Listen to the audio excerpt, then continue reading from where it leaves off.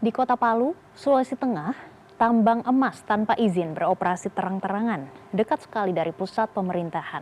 Pemerintah pun dihadapkan pada dilema besar. Menutup berarti memutus nafkah ribuan orang.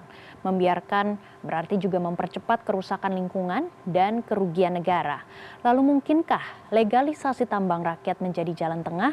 Inilah potret nyata di balik wacana yang penuh kontroversial.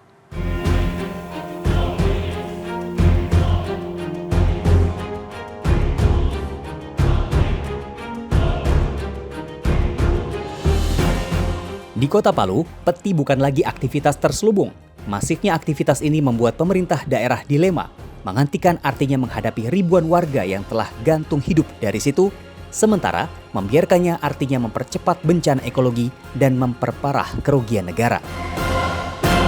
Kalaupun misalkan itu mau dilegalkan, perlu ada kajian teknis, perencanaan teknisnya, kemudian juga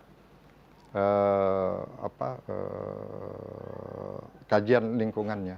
Itu harus ada. Untuk melihat bagaimana kondisi di lapangan, kami pun mencoba menelusuri jalur pertambangan emas tanpa izin di Kota Palu ini. Dari pusat Kota Palu, kami menuju lokasi peti melalui jalur desa, Kelurahan Poboya.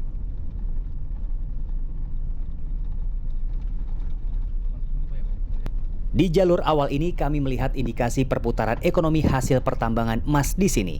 Sejumlah kios bertulis beli emas berjajar di kanan dan kiri badan jalan, menandakan emas hasil pertambangan bisa langsung diuangkan bahkan sebelum keluar area desa.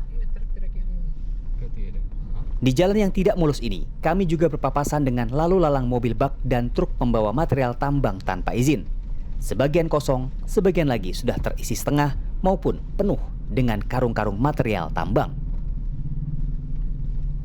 Di sebelah kanan dan kiri rute perjalanan kami juga melihat titik-titik yang diduga menjadi lokasi pengolahan tambang, baik itu menggunakan tromol maupun kolam perendaman. Kami melintasi akses perusahaan pertambangan resmi. Tidak hanya kendaraan kami, kendaraan material pertambangan tanpa izin juga ikut lalu lalang melintasi akses ini, bebas dan tanpa ragu. Di antaranya bahkan saling sapa, seolah sama-sama tahu atau sama-sama tidak tahu. Perbedaan kendaraan tambang perusahaan yang resmi dengan pertambangan tanpa izin sangat jelas. Kendaraan tambang perusahaan biasanya didominasi oleh truk maupun alat berat berwarna putih dan kuning dengan ukuran yang sangat besar, dilengkapi identitas logo perusahaan. Sementara kendaraan pertambangan tanpa izin beroperasi tanpa identitas dengan jenis dan warna yang beragam.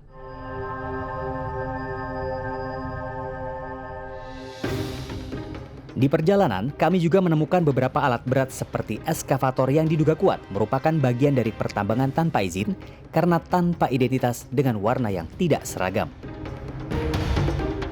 Lokasi galian pertambangan tanpa izin ternyata ada di bagian belakang area tambang resmi. Kami berhasil naik ke sebuah bukit kecil dan melihat kondisi pertambangan ilegal ini secara langsung.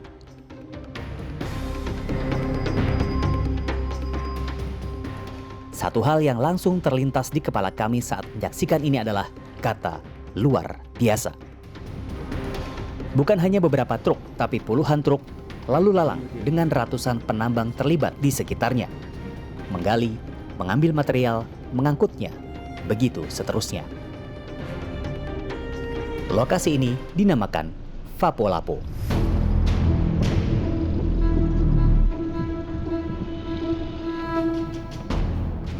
Tenda-tenda terpal juga berdiri di berbagai titik di lokasi ini. Sebagian berfungsi sebagai tempat tinggal dan bermalam para penambang. Sebagian lagi warung atau tempat perjualan logistik kebutuhan untuk para penambang. Bahkan dahulu, menurut sejumlah informasi, juga terdapat tenda-tenda atau terpal yang didirikan khusus untuk aktivitas transaksi prostitusi. Dan jika dilihat dari satelit, seperti inilah lokasi dan kondisinya. Dari lokasi ini kami memutuskan putar balik menuju keluar area pertambangan.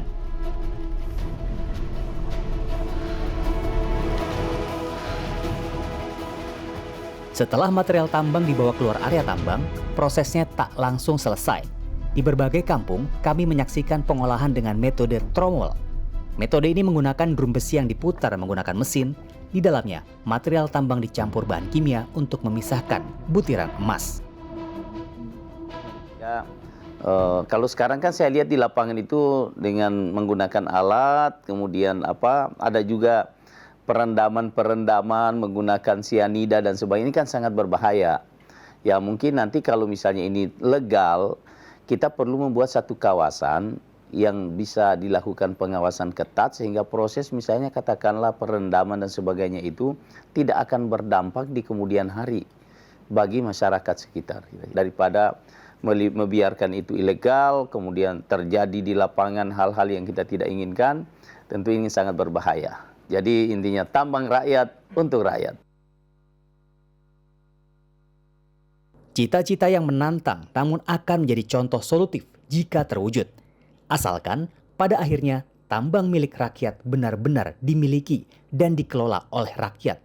Bukan sekadar dilakukan oleh rakyat, tapi dikuasai pemodal besar.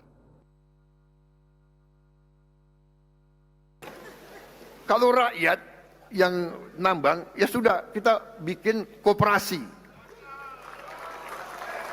Kita legalkan. Kita atur, kita legalkan, ya. Tapi jangan alasan rakyat tahu-tahu nyelundup. Saudara-saudara wakil rakyat, saudara tahu keadaan yang sebenarnya. Benar? Apalagi saya ini senior mantan tentara, jadi junior itu jangan macam-macam ya. Aku tahu.